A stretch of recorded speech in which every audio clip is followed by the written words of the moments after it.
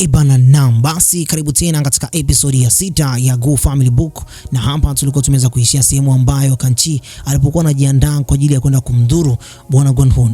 Hapo anaweza kujitokeza mzee mmoja, na huyu mzee tunamfahamu anaitwa Sojung. Sojung anaweza kutumia fimbo yake kwa ajili ya kuweza kumstopisha Kanchi. Alitumia dakika nyingi sana, nguvu za Kanchi zilikuwa za kawaida. Kwa hiyo baada ya dakika kadhaa, yeye pamoja na Kanchi walikuwa wanaongea kwa lugha ambayo si ya kawaida, walikuwa wanaongea kwa imani tu, ndipo akafanikiwa kuweza kumstopisha. Ila kibaya zaidi ni kwamba zidi upepo ulivyokuwa basi unazidi kuvuma, watu wote walikuwa wakijikinga, lakini hapo na wao pia waliweza kutoweka pale pale. Hizo ni nguvu za Sojung. Basi Taeso pamoja na familia yake nzima walikuwa wakilia tu. Kifo cha baba yao mzazi kilikuwa ni kifo ambacho ni cha kutisha, huku Gonhun akiwa anafurahia kile ambacho kimeweza kutokea. Maisha yalikuwa ni magumu kuanzia hapo. Hakuna mtu yote angeweza kuwajali kama baba yao alivyokuwa anawajali. Taarifa mbalimbali zilianza kusambaa kuhusiana na kifo cha bwana mkubwa ambaye ni Lord Park. Hizi taarifa zilikuwa zinahusisha kulingana na kile ambacho pia alichokuwa ameweza kuwakabidhi serikali, matumizi mazuri ya silver zake ambazo zilikuwa ndani ya jengo lake. Basi taarifa ilizidi kusambaa, na Mobonchul naye pia aliweza kupata taarifa hii kwamba Kanchi ndio basi ametangazwa kwamba ameweza kumuua Lord Park. Kwa hiyo kuna dawa ambalo limeweza kutangazwa siku ya mzee huyu kuweza kuchukuliwa katika familia yake, yani aende kwenda kuzikwa. Basi aliweza kuchukuliwa na kisha akapakizwa juu ya wagon. Familia yake ilikuwa inateswa sana, makofi, maneno ambayo ni ya kashfa, kwa sababu hakuna mtu yote alikuwa anawadhamini kwa hivi sasa. Kila mmoja alikuwa anaona kama vile takataka. Hata askari na wenyewe pia walikuwa wanatumia njia ambayo ni ngumu sana kwa wananchi. Wananchi wengi walikuwa wanawapenda na walikuwa wanawaheshimu kwa yale ambayo walikuwa wanazidi kuyatenda. Hata wale wageni walikuwa wameweza kualikwa pale waliweza kutishiwa pia. Baada ya hapo, ng'ombe alikuwa anatakiwa kuweza kumsafirisha huyu mzee. Kama unavyojua, mila na desturi za Kiafrika hata huko Korea pia zipo. Mtu anapokufa akiwa ameweza kufa katika kifo ambacho si cha kawaida, basi hata mazishi yake yanakuwa si ya kawaida. Kwa hiyo huyu ng'ombe aligoma kabisa kuweza kusogea mpaka pale mama mzazi au kwa Taeso pamoja na Chunju akamsogelea mume wake, kisha akaweza basi kwenda kuongea naye. Akamwambia, mume wangu, naomba uyaache haya yaliyopita, tuachie sisi, tunaweza basi kuyahendo. Wewe umeweza kufa, nenda baba, tunakupenda sana. Ndipo ng'ombe akaweza kusogea mbele. Sasa kipindi hicho ng'ombe alivyokuwa anasogea mbele, familia nzima, ndugu jamaa na marafiki walipiga magoti chini wakiwa wanalia, wanamlilia mtu ambaye alikuwa anampenda sana. Lord Park alikuwa akiaminika sana katika hii jamii, alikuwa anawapenda watu wake, alikuwepo ajali yupi ambaye ni tajiri na yupi ambaye ni maskini. Watu wachache wengine waliweza kuzuiwa kutokwenda katika eneo basi la msiba. Ndugu jamaa na marafiki walikuwa wanaonekana kama vile takataka. Huu msiba ulikuwa ni msiba ambao ulikuwa unawafanya hata wao wenyewe binafsi waweze kupata mashaka. Matangazo mbalimbali yaliweza kutangazwa kwamba Kanchi anahusika katika kifo hichi. Kwa matangazo haya aliweza kuandika kwamba yeyote yule atakayeweza kumpata Kanchi popote pale ambako yupo, basi atalipwa milioni 200. Kwa hiyo Mobonchul ni mzee wa tamaa, mzee wa mishi, akaweza kulivaa lile dau. Kwa hiyo akaamua kuweza kufanya mchakato kwenda kumtafuta Kanchi. Huku Damiol pamoja na Gon walikuwa basi wana discuss namna ambavyo watafanya mchakato na wenyewe pia waende kumtafuta Kanchi. Gon anasema kwamba Damiol anapaswa aweze kutulia nyumbani, lakini Kanchi ni mtu wake wa karibu sana. Damiol aliweza kumpenda sana. Kwa hiyo matangazo yalizidi kutangazwa, zile taarifa pia hata bwana mkubwa Sojung aliweza kuzitambua. Hasa akiwa barabarani alikuwa anakumbuka yale matukio ambayo Kanchi alikuwa ameweza kuyafanya dhidi ya maisha yake. Kwa hiyo Gon alikuwa hawezi hata kumstopisha huyu mwanadada kwa kile ambacho alikuwa anataka kuweza kukifanya. Basi wakakubaliana angalau basi waende kufanya huo mchakato. Huku katika eneo basi la Sero, mwanamama ambaye ni mke wa kwake Lord Park alikuwa anashuhudia mtoto wake akataka basi kuweza kuchukuliwa na kwenda kufanyiwa mateso ya kutisha. Alimtetea sana, lakini kulikuwa hakuna namna. Mwanamke huyu aliweza kuumia sana. Basi Taeso alianza kuteswa. Huko katika eneo la Sero alianza kusikia tu makelele namna ambavyo mtoto yule alivyokuwa anateswa. Mama alilia sana. Ila Chunju akawa anasema kwamba hakuna kulia, kila mmoja anapaswa basi kuwa mkakamavu. Tutaonyesha udhaifu mpaka lini? Kila mmoja anapaswa kuonyesha kwamba yeye hapo ni mtu ambaye ni wa muhimu na anapaswa basi kutokuweza kulialia mbele yao. Hawa watu wanatutesa kwa sababu tunalialia mbele yao. Basi Kanchi yuko katika eneo ambalo basi la mapango aliweza kufikishwa huku na anaweza kuamka kwa mara ya kwanza. Hakuwahi kuweza kuishi katika ile eneo tangu hapo awali. Aliweza kuzaliwa hapa, lakini hakuweza hata kuweza kuishi hata mara moja. Kwa hiyo leo anatoka nje na kuweza kuja kushuhudia eneo hili lilivyokuwa zuri. Hili ni eneo ambalo baba yake mzazi aliweza kuishi hapo awali. Pia hata mama yake aliweza kuishi hapa kwa miezi 3. na ndipo ujauzito wake ulipoweza kupatikana. Sasa bwana mkubwa ambaye ni Sojung aliweza kufika hapa na kumwambia Kanchi kwamba naamini kwamba utakuwa unajisikia vibaya sana tumbo lako baada ya ile fimbo niliyokuwa nimeweza kuitumia kukustopisha. Maana anaweza kumwambia kwamba kwa usiku ya jana yalikuwa yameweza kutokea yote alisababishwa na wewe kutokuwa na uweledi na kuweza kunisikiliza vema. Akawa basi anajaribu kuweza kubisha, lakini hapo hapo Sojung akamuelezea kuhusiana na familia yake nzima. Basi Kanchi akawa anashangaa sana, akasema kwamba familia yangu kama waliweza kunitelekeza na kuweza kuniacha mimi nikaenda kuteseka, lakini kwa bahati nzuri nikakutana na familia ambao wamenipenda. Katika siku ya leo siwezi kuacha wakaendelea kuteseka huko walipo, na paswa naende kwenda kuwasaidia. Akaambia kwamba huko mjini wametangaza kwamba wewe ndio muuaji wa huyo mzee. Kanchi anasema kwamba sijali kuhusiana na hilo, nitapambana nao. Mzee huyu bado akamwambia kwamba hata mama yako mzazi aliweza kutelekeza kwa sababu ya ubishi huu wa baba yako mzazi, na baba yako naye alikuwa mbishi, na ndio maana mama yako naye akaamua kusepa, kutaka kuweza kuishi na watu ambao wana roho ngumu. Kanchi alipata maumivu makali sana. Taeso huko anakuwa anazidi kupata mateso makali sana, kwa sababu alikuwa anajaribu kuweza kulazimishwa akubali kwamba Kanchi ndiye aliyeweza kufanya mauaji yale. Lakini kibazi ni kwamba Taeso pia aliwahi kuweza kumtishia mzee huyu na kumwambia kwamba tutafika mahakamani kwa lengo lako la kuweza kutaka kumuua baba yangu.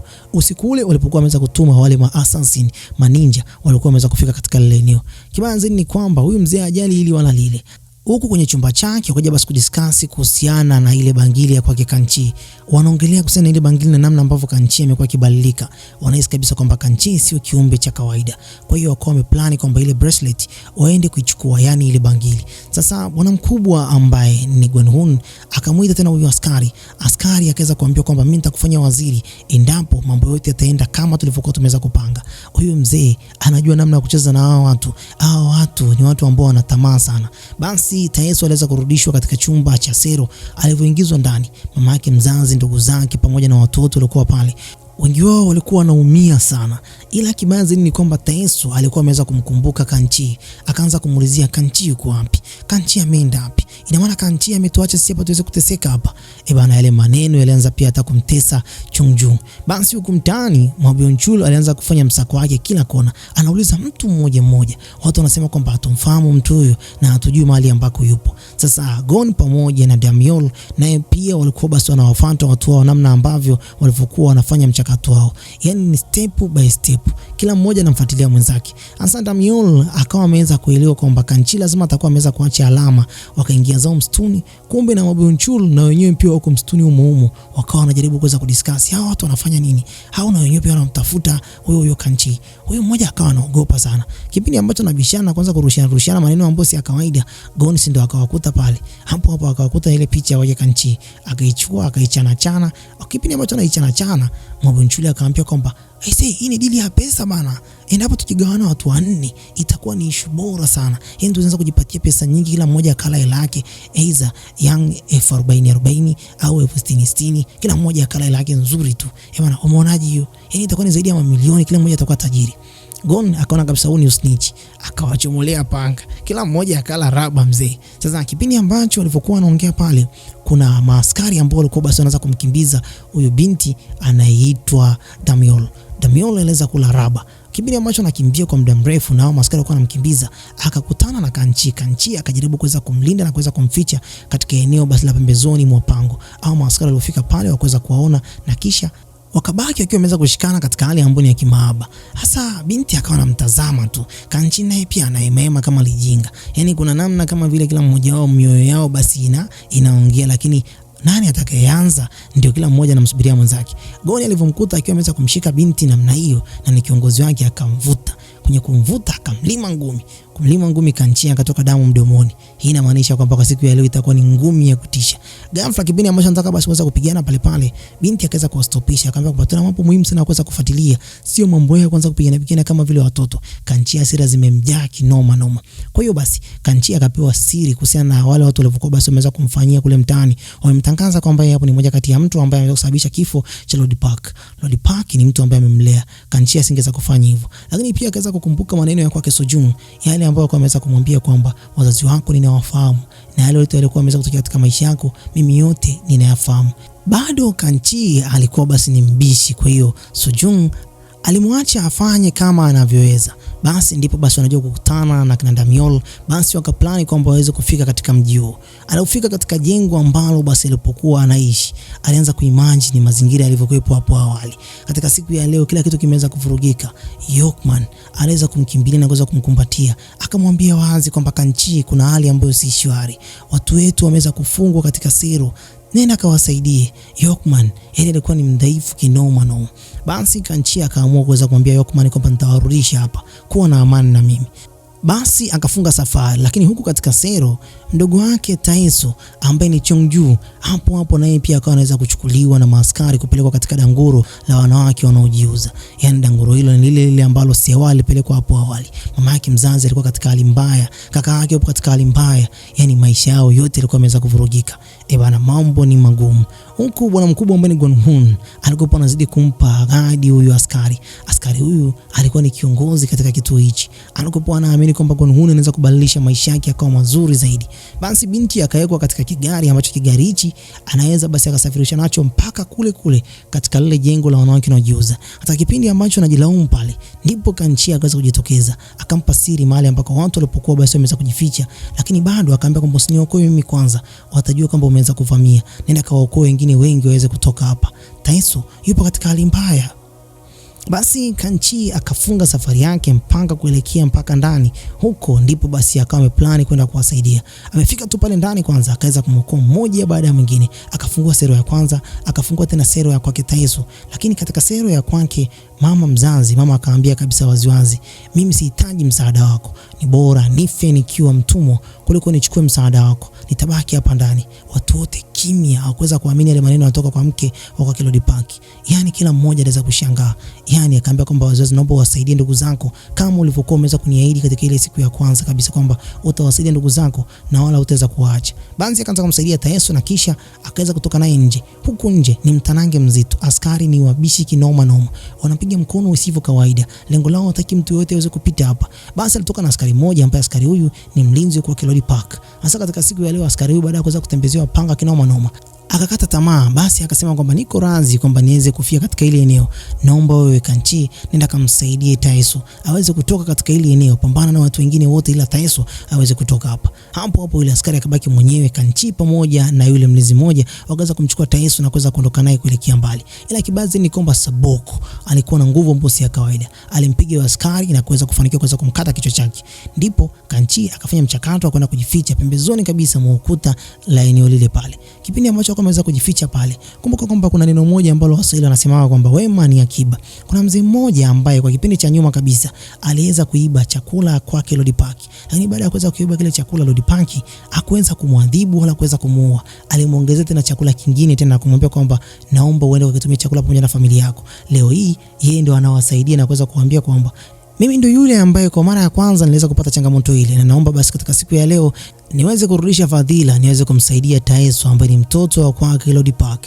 Hapo bwana dada ambaye ni Damiol aliweza kuingizana pale, kisha wakaplani kuweza kuwachenga hawa askari, kuweza kuwatoa katika lile eneo, na huyu Taeso aweze kupata msaada na ndugu zake wote na wenyewe pia waweze kutoka katika zile sero. Wakakimbia katika eneo la msitu, askari wakiwa wanawakimbiza, lakini kila mmoja wakaplani kwamba mmoja wao aende katika upande mwingine ambao ni wa kushoto na mwingine apite kulia. Sasa kibaya zaidi ni kwamba Kanchi ndio walikuwa wameweza kumtarget. Kanchi alikuwa anafuatwa kinoma noma. Walikuwa wana shida na huyu mwanamke. Basi huku wakaweza kumbananisha katika eneo basi la porini. Wakawa wameplani kwamba Kanchi katika siku ya leo lazima aisome namba. Wameplani kabisa kwamba waweze kuikata ile bracelet, yani ile bangili yake nyekundu. Sasa ilikuwa ni order ya kwake Sebuk katika siku ya leo kwamba Kanchi hiyo bracelet wafanye juu chini waweze kuikata. Sasa kwa bahati mbaya kipindi ambacho wanarushiana panga za hapa na pale, wakaikata ile bracelet bwana. Bracelet ilipodondoka chini, hali ya hewa ulimwengu mzima, upepo ulianza kuvuma. So Jung alikuwa ametulia zake katika pango kule, hali nzima ilianza kubadilika. Bana we, huyu jamaa mmoja anashangaa hii alimbadilika vipi? Kama vile mvua inataka kunyesha, sio mvua, giza likaingia pale. Mwezi pamoja na jua liliweza kuandama katika nyakati za mchana. So Jung akajua kwamba kuna kitu ambacho si sawa. Sasa Kanchi alipigwa panga nyingi sana. Hawa askari wanaamini kwamba ile bangili iliyokuwa basi inamsaidia, yani bangili ndio kizuizi chake ambacho kilikuwa kinampa nguvu, lakini kumbe hawajui kwamba ile bangili ilikuwa inajaribu basi kuweza kubalance nguvu zake za ndani na nguvu za kibinadamu. Kwa hiyo Kanchi katika siku ya leo, binti akawa anajaribu kuweza kumtafuta Kanchi katika eneo la pori. Ghafla kipindi ambacho anamtafuta sana, akaanza kuona ile miali ya blue. Kanchi, kuna vitu ambavyo vimeanza basi kutumika katika siku hii ya leo. Nguvu zake za asili zimeanza basi kuweza kujionyesha. Binti akawa anazishangaa sana. Hapo macho ya kwake Kanchi yakaweza kubadilika rangi, mikono, kucha zikaweza kujitokeza. Hali ilikuwa si ya kawaida mzee, yani mwili wake sasa hivi ukataka basi kuweza kunywa damu, yani akawa kama vile vampire. Vidonda vyake vyote vikaweza kupona. Bana, hapa wako wameweza kuyakanyaga. Hawa wazee wakashangaa, mtu amesimama tena ana nguvu kinoma. Dakika za mwisho kabisa Kanchi akawa basi ameweza kumtarget kabisa yule alikuwa ameweza kumpiga panga. Akataka kuanza naye pale, anamtamani kinoma. Sasa hapo akawa anajiandaa kubabaki, akainua mkono wake juu hivi. Yeye anatumia panga, yeye anatumia kucha mzee. Bana, mimi nafikiri kwamba sitakuwa na la ziada kwa muda huu. Ondosha comment yako hapo chini, tukutane katika episode ya 7. Je, umeonaje kazi hii? Movie iko bomba au la? Bye bye for now.